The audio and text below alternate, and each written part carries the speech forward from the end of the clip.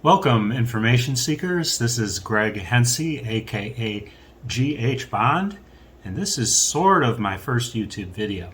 And it's on tire inflators, slime versus GSPSCN. And I know what you're wondering, Greg, is this a challenge to see which guy picked the worst possible brand name? I mean, slime? GSPSCN? The only way I remember that is I think of gasp scene, GSP for gasp, SCN for the rest of it. So anyway, I had a number of tire inflators and tried out both, and I'm sure by the time my video is done you'll know exactly which one's right for you.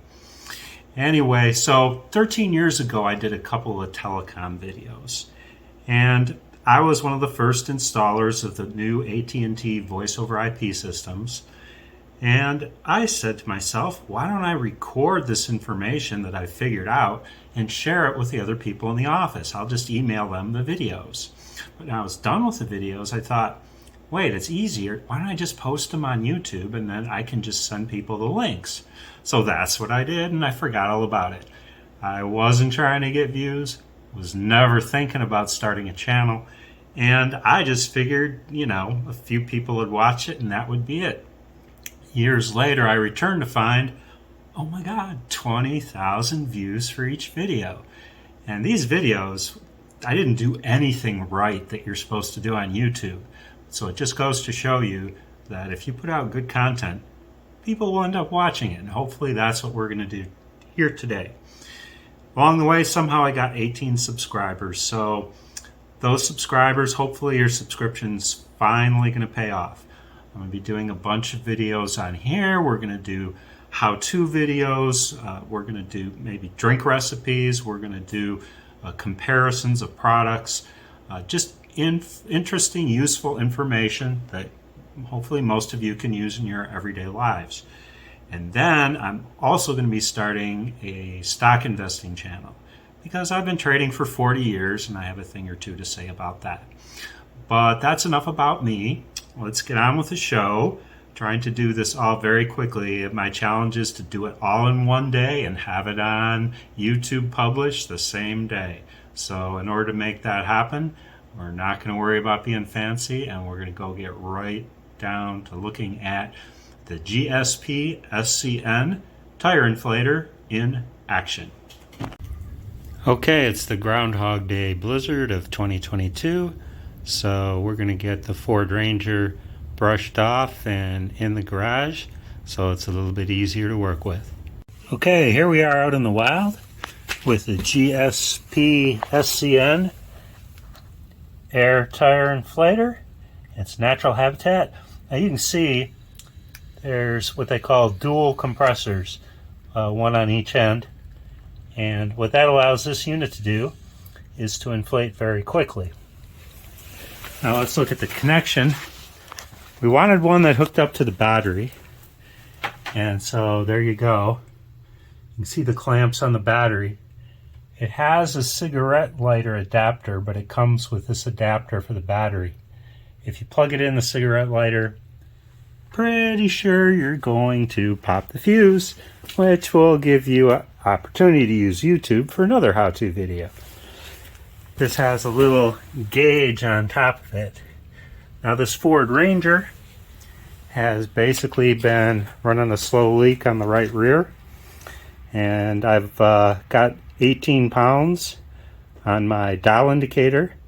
The instrumentation on the truck says it's at 19 pounds. So we're going to start this puppy up and let it do its thing.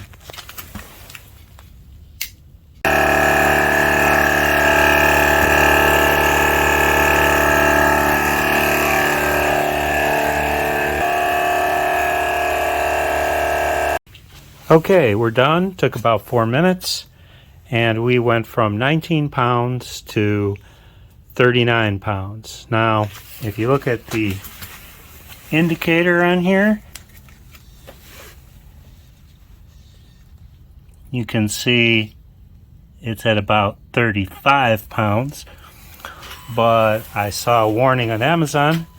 This little dial indicator doesn't read real accurate, So I have a dial indicator that I check it with, so I already know that 35 will equal 39. Why did I go to 39 on a truck? Pretty simple, that's what the other tires are at, so I wanted to match. A couple unfortunate things about this. You can see that our power cord is sort of stretched to the max here. We're going to the worst possible tire because the battery's on the left of the truck. And then it comes with this little bit of black hose, and then you get this extension hose. Now, I think it would be much wiser on their part to put an extra 10 foot of power cord so we could reach it and not even have to extend the expansion hose. Because if you see, what we have here coming out of the unit is not a screw-in connector, that's a permanent connection. And once you stress that enough and break it, that'll be the end of this unit. Now this unit is very nice. It's about $63 and it does the job. I feel the unit. I know it's cold outside, but no part of the unit feels warm at all. They say you can run it for 20 minutes solid without taking a break. And then after 20 minutes, you gotta rest it for a while to let it cool down. But for me, this is exactly what I need. Now you would think we would be going to the slime. Not so much. The slime sitting under some coffee grounds and a garbage can. But we'll talk about the pluses and minuses of the slime next. Okay, we're back inside, and let's talk a little about that slime unit that's sitting in the garbage can. It's not the slime unit's fault, it's operator error. See, the reason that I went for the dual compressor unit that hooks to a battery is I've had a number of these small units like the slime unit. And the thing about these units, they pump much more slowly, and you can only pump so long, maybe 10 minutes before you have to take a break. Well, I would say that slime unit took between 15 and 20 minutes to do that same job that we just did in 4. And I would let it go the 15 or 20 minutes, even though you're supposed to only let it go 10 because it was cold outside. What could happen? Well, it was 4 degrees out one morning, and I noticed it had stopped running, and I went out and looked, and smoke was coming out of it. And unfortunately, that was the end of the slime unit. So I decided it was time to get the heavier duty unit. But let's talk about the slime unit and what the advantages are to the slime unit. Number one, it's smaller. It's much easier to stow away like under a seat. Second advantage is you can set a pressure and it will go to that pressure. It's a digital gauge and digital set point, which is kind of nice if you only have to put in a few pounds. The other nice thing about it is it has a light built in. So if you're working in the dark, it's got a built-in light. You can run it from the cigarette adapter, or the power output as we call them now. You don't need to lift the hood, which some people could see as an advantage. The major drawback, you have to give it a break every 10 minutes. And so you'd be there quite a while if you're trying to pump up a tire that for whatever reason has gone flat. So for me, this one is the better choice. I'm impatient. I don't respect the 10-minute break time. And so I think I've got the right unit. You're going to save a little money if you go with the slime unit. They're under $40. I got mine at Ace Hardware, and they're available many places. And it's a fine unit for what it does, but you have to respect its limitations. So that's the end of our tire inflator segment. Now, just a little bonus information for drivers. If you drive somewhere where it gets down near 10 degrees or lower, I have a hint for you on your windshield washer fluid. Typical windshield washer fluid is rated for minus 15 or minus 20. If you're driving in those colder temperature, guess what? Fake news, it freezes. I got news for you, it's not going to work. So if you're driving in those colder temperatures, find yourself some minus 30 or minus 35 windshield washer fluid, and it won't freeze up.